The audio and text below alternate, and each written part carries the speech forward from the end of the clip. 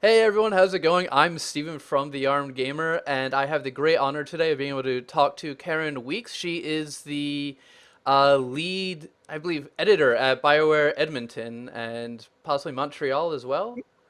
And she just worked on Dragon Age Inquisition that just launched, and I'm super excited. I got to play it for a little bit. It was about 6 hours of playtime. I don't know if you guys caught my stream, but Karen, thank you so much for calling in. I'm delighted you could attend this little gathering. I've so wanted to meet you.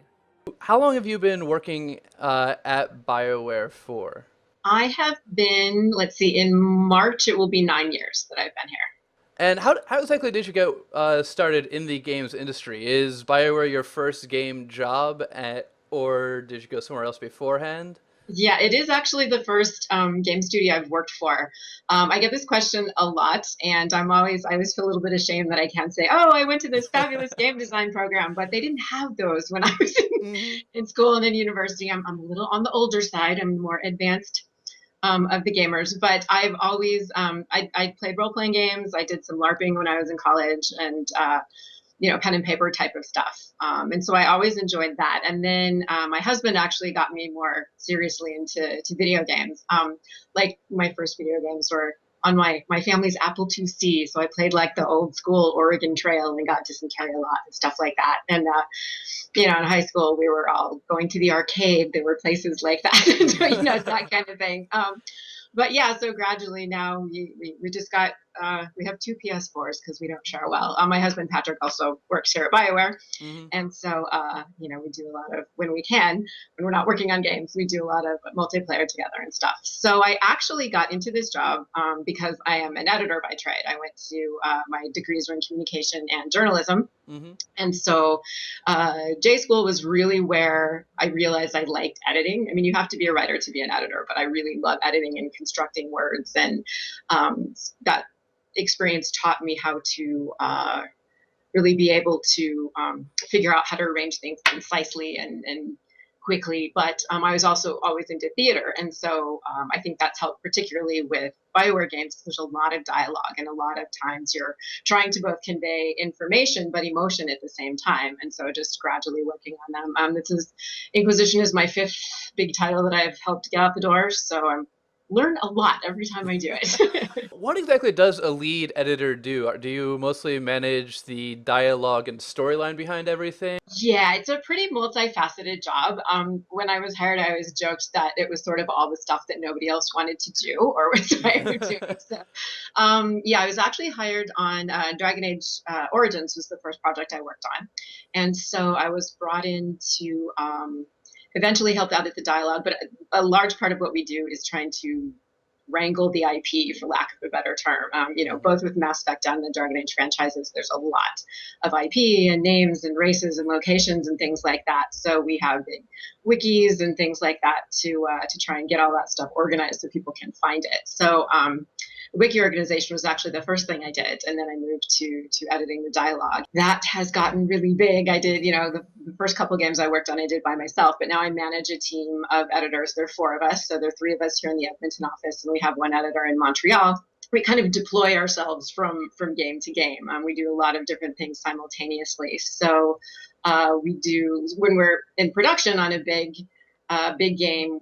Each writer there's between 6 to 9 writers on each project, so they're working on generally the dialogue gets divided up between followers. So Hmm. someone will work on the Iron Bull, someone will work on Cassandra. And so the editors, we divide ourselves up and work with those writers and then edit all of these stuff that's written, all the dialogues that are written for that character. But then they also divide up the plots. And so we attach ourselves to the plots accordingly. Hmm. Um, so we're very heavily involved during that. And then we kind of interface with the voiceover and the localization teams. We, work with them to let them know when files are ready. Because in addition to what the spell checking and all the stuff you think editors would do, we're also looking for voice and IP and things like that. And then we usually do individual passes on the files because they're very technical and there are all kinds of flags to set and stuff like that. And then we sort of flip the switches and say, okay, voiceover, you can take these and start sending stuff out for the actors. So then when that's done, we do all the non-VO stuff. So all the GUIs and the um, uh, brain is still fried from The codex lore, or entries and yeah, journal entries and Mhm. abilities and all of that stuff. So That's a lot that you do. yeah, and there's Wow. actually more than that. That's just on the games. So like right now we're working on lore books and we were working on the strategy guide. We kind of interface with the teams that kind of definitely interface with if someone's writing a novel or making Fail Better Games put out the I'm blanking on it, the game with the glass, and they're awesome and I love it. Anyway, we work with those guys to help give them IP information, check things, make sure stuff fits within the world that they're working on. So then we just do normal editing stuff, and that's most of it. Yeah, no, that's sounds like you definitely have a very active role. It's very multifaceted, yes. Yeah. You mentioned earlier about your husband. He also works at BioWare as well. How did you two meet? Was it before you were Yeah, we working met there? before we worked at BioWare. Actually, we met when we were both in college, and we actually met in a singing group. And he likes to joke that he joined it to meet women, and it worked out apparently. So yeah, we met in college, and then I actually that was when I was getting my journalism degree, and then so that was in Northern California. So we lived there for a while, and then I worked actually as a development writer for a nonprofit company right after I got out of school. So that actually taught me a lot about marketing writing and stuff. And we do some editing that way. So, because that's kind of a different flavor of writing than the dialogue and the technical stuff, obviously. So that's going to help. And then after that, I actually was an editor and then managed a team of editors at a chip making company. And I would tell people that we translated things from engineerese into English. We worked on the help site, and so they would, each engineer would write up, tips or how to fix something or how to take care of something. So we did a lot of that. Was sort of where I learned about web interfaces and wikis and stuff like that. So Patrick, my husband, actually was approached about applying up here first the day we brought our oldest son home from the hospital after I had him. And he didn't tell me about it for a while accordingly.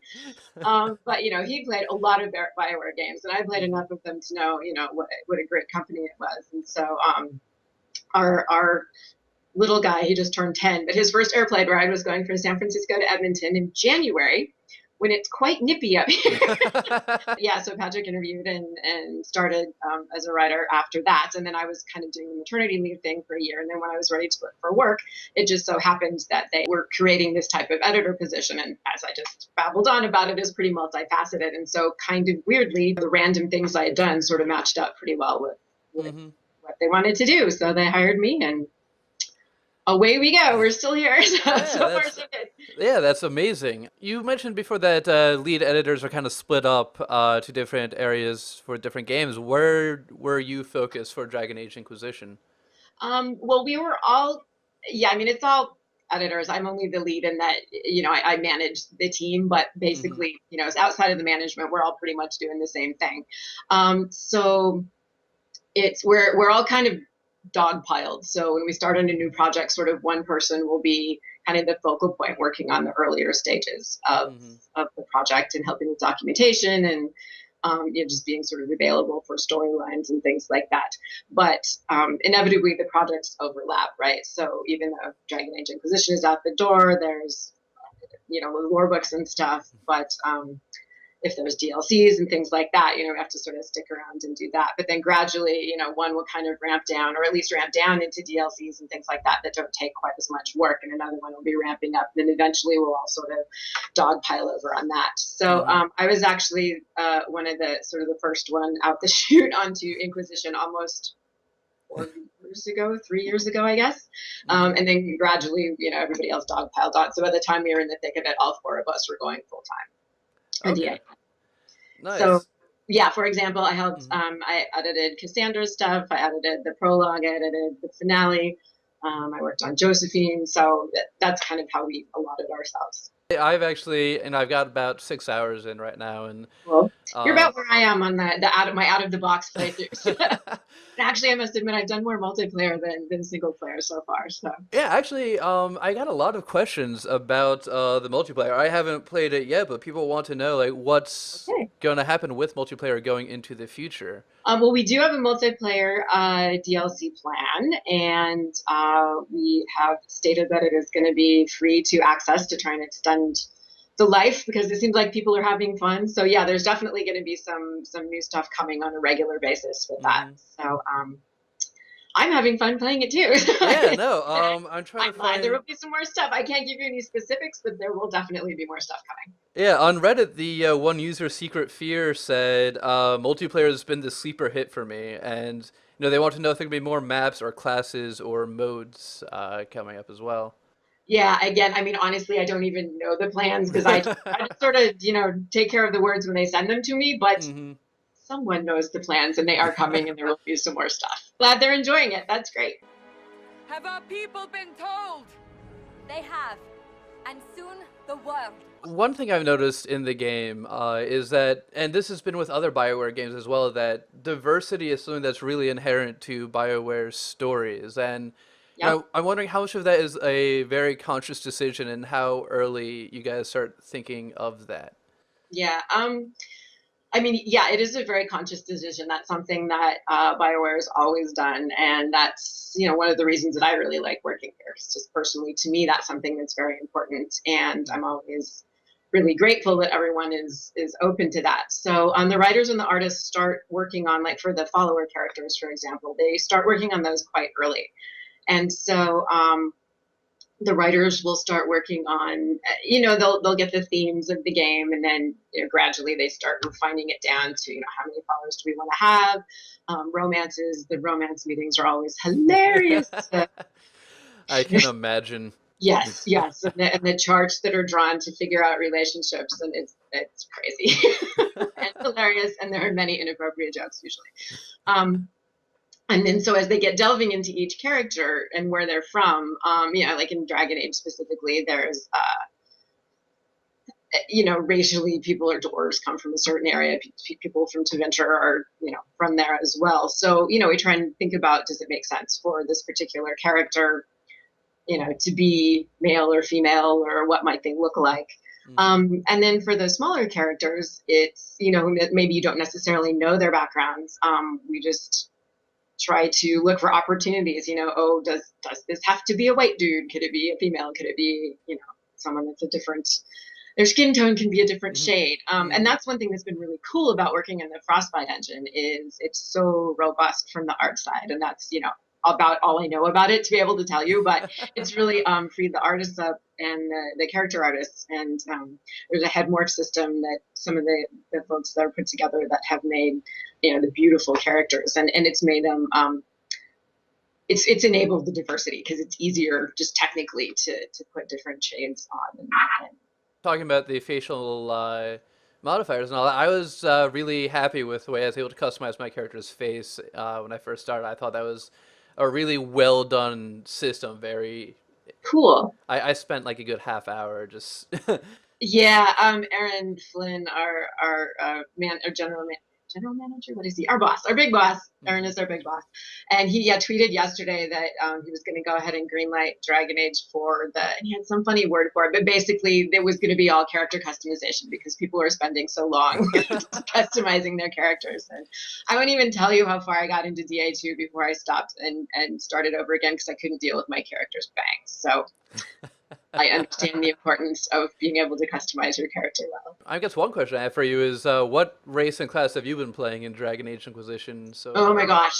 Okay, well, I plot mine out somewhat according to who I want to romance. And people ask me, do you want to play the characters that you edited? And sometimes usually I don't, just because I know those stories really well. I mean, I know all the stories, but, I looked at probably every single word of dialogue a given character has. So sometimes I want to romance the ones that I didn't edit and, where I'm not as familiar with, just to get to experience it. So, and we were doing play tests in-house obviously before. So I had, my main game when I was testing, I did a human male Inquisitor. So we were testing all the voices and stuff. So I had a human male Inquisitor with a British voice. I was a two-handed warrior because I like smashing things, but also so I could romance story.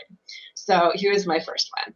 But now I want a lady, and I want a Canary lady because as soon as I heard that we were going to do Canaries, I was like, yes.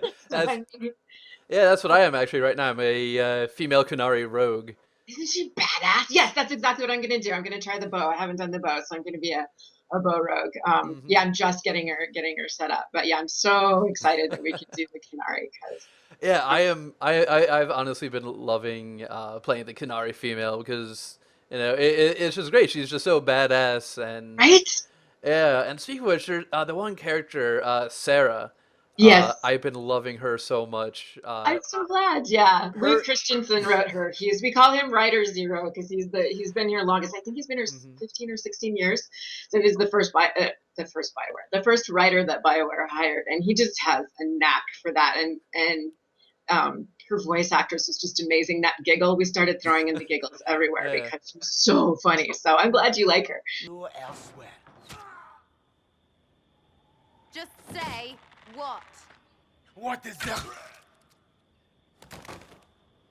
Ugh. Squishy one, but you heard me, right? Just say what? Rich tits always try for more than they deserve. Blah, blah, blah. Obey me. Arrow in my face. And I mean, her introduction is just amazing. The way Right. she, and yeah, it's great that you mentioned voice actors because I was ever curious. Like, have you ever had one of those instances where something that you thought translated really well on the page just didn't come out quite as well as you were hoping when it came to voice acting and like playing Yeah. it? Oh, for sure. And I mean, that's something that we're always learning. One of the things that I have done previously is we'll do pronunciation guides, sound files, so that all the wacky shit I'm sorry, stuff, all the wacky things we make up. Um, You can oh, curse. I don't care. is that all right? Yeah, I Yes. curse all the Right. time on here. That's another habit of, okay, good. Phew.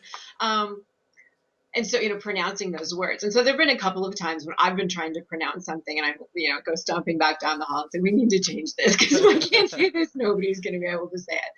And that's part of what we do for editing. When we're editing, we're all muttering to ourselves because part of it is we're trying to say the lines out loud or, something that looks fine. And all of a sudden, when you read it, every other word starts and ends with S and you have a bunch of sibilants. And so we're trying to, get some of that out. But yeah, once in a while, one gets there and an actor has a tough time with it.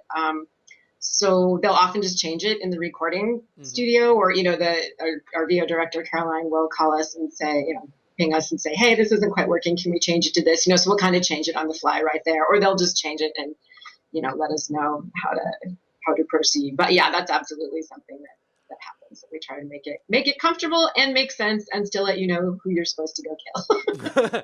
Yeah, I find it amazing just how well the voice acting and the script's been for Dragon Age, considering how big it is. Well, it's been what, thousands of hours of dialogue in there. Just Yeah, it depends on what kind of path you take and how much exploration you do. But it's definitely the biggest game BioWare has ever made, and there's a lot of talking in it. Absolutely. And yeah, I mean, voice actors are my heroes. I've gotten the pleasure of getting to peek in on a few sessions, and they're just sitting there in this box with nothing. Maybe they have a movie, but more often they just have a description of the scene, and just watching them turn it on with like no context is just amazing. They're such a talented group of people. It's so cool. just watching voice actors work in general. I and BioWare voice actors as well, just because I voice acting's been very big in BioWare since I can remember. Like, Yeah. and I'm always impressed to see how it develops. And kind of looking over the timeline of games, some people have been commenting a lot about EA's hands in BioWare, and I'm wondering, like, I know EA bought BioWare a few years ago, and I think I'm actually trying to remember how many years yeah, ago, but yeah, it I was want to say it was a like while. 4 or so years ago, That maybe. sounds about right. Yeah. Yeah, and I'm wondering, like, was there like at all a shift in the culture in BioWare from pre-EA to now? Um, That you could recognize, like, how much do they interface with you, or do they just kind of give you yeah. guys mostly Well, I free? mean, one really awesome thing about working with EA is, we always had to find publishers before and things like that. So they have a fantastic translation team in Madrid. That was something our localization folks always had to contract with. They bring a lot of resources and a lot of support with them. So that's been very cool. And, personally, I haven't really seen a change. It's still, a lot of the same people are still here. Hmm. Like you were saying, things like diversity and representation, stuff like that is really important. And we've always got support from from the folks that we've interacted with. But we're way up here in Canada, and so I mean we're just kind of doing our thing, and it really hasn't changed much, at least not for the worse. I think a few things have gotten better. Like I was saying, that Oh yeah, I'm sure you it's more guys. streamlined and organized and things like that. Yeah, So I'm sure you guys yeah. have a lot more resources to work with because of EA as well. Yeah, we do. Well, and I think, the Frostbite engine was one thing that came to us through the EA relationship, getting to work with the DICE folks and stuff. So, stuff like that has been great. Looking back as well, Dragon Age Origins was very well received. I'd say Dragon Age 2 a little less so, and then Inquisition's been doing great. It's been killing it in reviews. I saw, a bunch of 9s, 9.5s out there. What would you say is kind of the biggest lesson you've learned throughout the whole Dragon Age development experience? Well, it's interesting. I mean, because it's taken 10 years from when I started, and there were people, who've been, David Gator's been, it's been more than 10 years, or no, I guess about 10 years that he's been working on it. So, I mean, these development cycles take a long time, and, technology changes, and it's always, you get one under your belt, and then everything is new and everything is different, and there's new stuff to push. And I think a lot of what I would say, and again, I'm just sort of one small part of this, but how important interacting with the people who buy our games is, and listening to what they have to say, and listening what they would like and what they liked, with trying to get build on that, and take that to the next level. And if something shifts that they wanted, that enough people want, to really try and make the kind of game that people are going to enjoy, because we're all gamers too. We like playing stuff.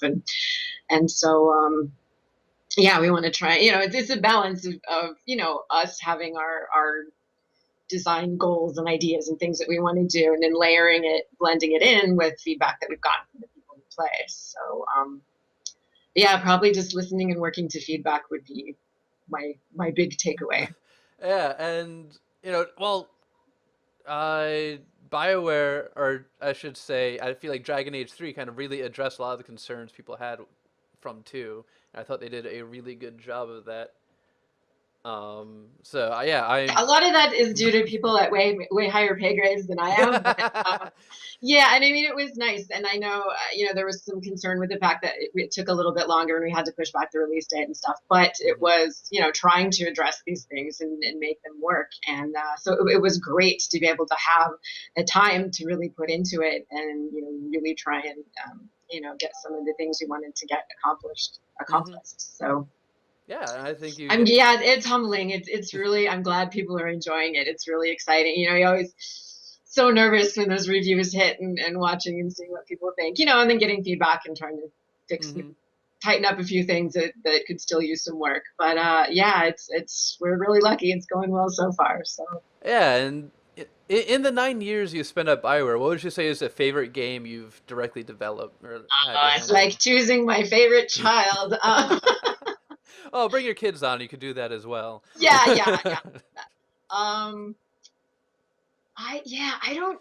It's the one I'm working on is always my favorite. We go to another one and I'm heartbroken and I miss, and then, I get to know the new characters and stuff. For me, the best thing about working on the games is the people that I get to work with, because it's just such a bunch of people who are so dedicated to, trying to make the part of the game that they're working on really well. So a lot of the people I interact with the most are the writers on the teams, and just getting to work with them, and hearing the ideas and listening to them as they come up with plot lines and characters and, where they want to go. It's just being a part of that creativity is so cool. So, and there's nothing like being, working on something, working on a scene or a mission or something, and then you start out and it's just, there's no even words yet. We do what we call narrative playable, and so it just has some of the lines stubbed in. So like, here's what's going to happen here, this person says that person says that, and all the levels, there's those black and white check boxes and all the bad guys or the Gumby looking dudes and stuff. And then, little by little, it starts getting better and the real lines come in and the voices come in and the art comes in. And so that day when you're all sitting in there and you've been working on this forever and it finally looks like what you wanted it to look like, only somebody has, people have made suggestions along the way that's made it better. And just being a part of something like that is one of the coolest feelings in the world. And I feel so lucky every time it happens. Yay! How did that happen? And I know a lot of other people kind of want to be a part of that as well and want to get into the games industry. What kind of advice do you have for someone who, maybe wants to become a writer in the games industry, like at a company like BioWare or really anywhere? Yeah, well, so first of all, I'm glad you specified an area because that is, a question I get asked a lot. So I would say, yeah, refine your skill if you're interested in art. Well, figure out, look at some of the paths. Because there's a lot of ways to get into the industry. Where people say, oh, I'm not technical. Well, I'm not particularly technical. I can, put my computer together and that's about it. I had issues with Skype, even talking to you. So, there's a wide variety of stuff. So our writers and editors, all of them play games, obviously, probably you don't want to work in the game industry unless you enjoy games. But and being able to play enough games to keep on top of what new things are happening and what's cool, what you like, what you want to build on is important. But then also honing the craft part of what you want to do. So a lot of our writers have English degrees or journalism degrees or similar kind of history that way, writing books, writing novels. Since we're doing more VO work now, more people are coming from like screenplay or stage play backgrounds. So anything where you're writing dialogue and things like that. So for sure, a university degree in something having to do with writing is helpful. And then there are game design programs you can do now. I would say the two things to me that regardless of what field you go into that are most important are to just work on projects. There's a lot of there's programs now that you can make games. The Fail Better team that we worked that worked on the game whose name I still can't remember. I'll remember it like writers were signing yell it like with no context whatsoever. But they developed their games in an engine called the Nexus engine, and it's available online, and there's a community of people. So it's a great way to practice writing narrative dialogue and branching dialogue. And that's probably one of the trickiest things and one of the biggest differences in the game industry is it's not just a linear story. And so you have to be able to branch it and figure out how to track all the conditionals and actually plan ahead for, okay, if we do this thing here, what happens 2 games down the line to this character? And so a lot of it is just practice and getting it under your belt. So actually work on what you want to work on and find other people who want to do it too. And thing number 2 is get good at both taking and giving critiques, because unless you run a one-person game company and you're your own independent developer, you're going to have to work with teams and you're going to have to take feedback. So I suggest people sometimes, if someone gives you a piece of feedback you absolutely disagree with, just try to implement it and see if you can do what they ask you to do just to practice it. And so really getting people that you feel like understand the goal of what you're trying to do and working with them to work and hone and edit, depending on giving their feedback is super important, because that's just a skill in the industry you're going to have. And the unfortunate reality is that your work gets thrown out. We'll work on something and something doesn't work. Either the quality of what you did isn't great, or just we don't have room for it, or it doesn't fit, or and just kind of work to steel yourself a little bit against that, because it can really suck at first when your stuff gets thrown out. But it's just part of how it goes. So. Yeah, and well, adding on to that, is there anything that you really, really wanted to be in one of these games that just didn't fit for whatever reason?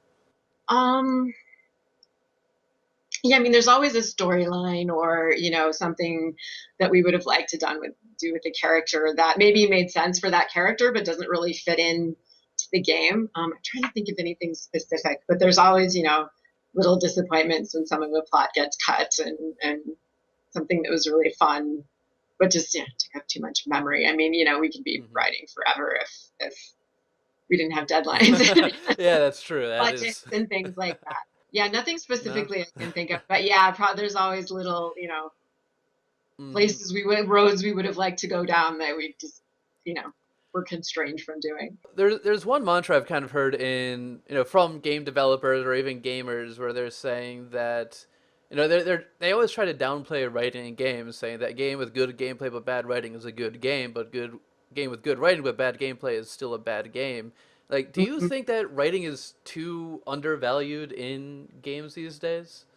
Well, it really depends. I mean, because there's so many different kinds of games these days, right? Hmm. So yeah, in story-based RPGs, I absolutely think it's important. I wouldn't be here if I didn't. But certainly there are games that tell stories with no dialogue at all, and it's told through the arts and through music and all kinds of the gameplay itself. And absolutely, I think the dialogue needs to fit in with the gameplay. If it doesn't, that those two things need to support each other. So it's good that the people who are writing, if they are different from the people who are doing, more of the level design and the gameplay design, if they're different people, they really need to be working together. But yeah, absolutely. I mean, obviously, I'm hugely biased because it's what I do for a living, and I enjoy games that have, dialogue and good stories. Um, and again, there are games that are more that almost are. I think of them as kind of visual choose your own adventure books, right? There's not Hmm. even really that much Yeah, I mean gameplay, the but it's Telltale. watching the story unfold. Yeah. Yeah. And so I think those games are great. And I know there are people who say, "Oh, it's not games; they don't have real gameplay." But I love those as much as I love smashing people in the head with an axe when I have a chance. So it's just, yeah, I do think it really does depend on what type of game you're trying to make. Moving away from strictly talking about your job, what about you? Like, what are your favorite games to play outside of BioWare games? Well, like my oldest son just turned 10 and my little guy is 7. So we play they kick my ass at every Mario game we have because I suck at platforming and their Twitch skills are just like unfairly good. Hmm. Um, So that actually one of my favorite games that I think is really well designed is the Plants vs Zombies series. I mean, because it's something I can play with my kids, Yeah. but then I keep playing it after they're in bed, because it's fun. And we got Garden Warfare, so we've been playing that. That's really fun. Um, Trying to think, I haven't had a lot of time to play games the past couple of years, especially unfortunately. Um, I enjoyed finally learning how to snipe pretty well in Destiny. That was good. I Hmm. like that. Red Dead Redemption I thought was a really good game. I know that one's a little while ago, but I thought it really did really interesting things with gameplay and story uh, weaving together. What else? I have a longer list of things I want to play than things I've played most recently, unfortunately. Yeah, that happens a lot. Yeah. And earlier you mentioned that I think when you were in college you were doing LARPing. Do you still try and get? Vampire the Masquerade. I was a brew hawk. Gave me excuse to wear a lot of leather and drink a lot of red wine and pretend it was blood. Um, I don't do so much LARPing anymore. Again, once you have kids, it kind of is a bit of a game changer. But Yeah. yeah, I mean, I will take any my LARPing yens have kind of transferred over into cosplay these days, and I don't have a lot of time, but I'm trying to indoctrinate my kids to being cosplay kids too. So we will, they call all conventions costume conventions because that's what they are to them. So Hmm. we will do a lot of that. At my little moment of maternal pride was 3 years ago now, I guess. In Calgary, they have a really good con there, Calgary Comic Expo, and we dressed up like the Avengers. So a wee tiny Iron Man and a slightly bigger Captain America, and Patrick was Thor, and I was the Hulk. And so we had so much fun, and we actually won the best group at the family costume contest because they have a great costume contest. So we were all pretty proud of ourselves. That was kind of fun. So that's yeah. So not so much LARPing, but Hmm. making stuff with my kids and my family has become really fun. Yeah, well, I mean, working at BioWare, you can get very, very accurate about what everyone's wearing too. Indeed, indeed. Yeah, Patrick wrote novel for the Dragon Age world called The Masked Empire, and it's set in Orleans. It was about Princess Celine. So when that came out, I did Princess Empress Celine costume from the front of the book, and Ramil Sunga, the artist who designed the gorgeous cover, I got to go to him and say, okay, what is this thing? I can't figure out. Is it a shawl? Is it what? He's like, I don't know. I never expected anyone to wear this. Okay, yeah, let's say it's a shawl. So it was great, to have him right here and go, okay, let's figure this out. And all of our character artists and our concept artists are great because they listen to a lot of feedback and, in fact, are now designing things into costumes that are based on feedback from cosplayers who they've talked to at conventions. Like, trying to remember when he was saying this, but Matt Rhodes, one of our senior concept artists, talks about being at a convention. I can't remember which one, and looking at all the Commander Shepherds leaning up against the back wall because none of them could sit down. And so they worked out at trying to make things that people, could actually wear with a little bit more ease. So it's cool.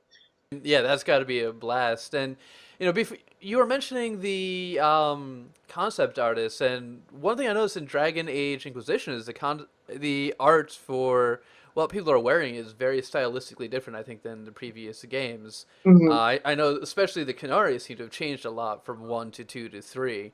Mm-hmm. What kind of inspired the changes, especially right now I'm in Val Royeaux. Val Royeaux, yeah. And like that's what they're wearing is very unlike anything I've seen in previous Dragon Age games. What kind of inspired that? What was the conscious decision?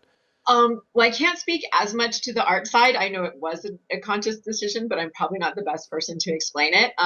Matthew Goldman is our art director, and so he was the one who engineered sort of the art style change for Dragon Age 2 and has built on that for Inquisition. And some of it was just going to new areas, like in Val Royeaux, in Orlais. Mm-hmm.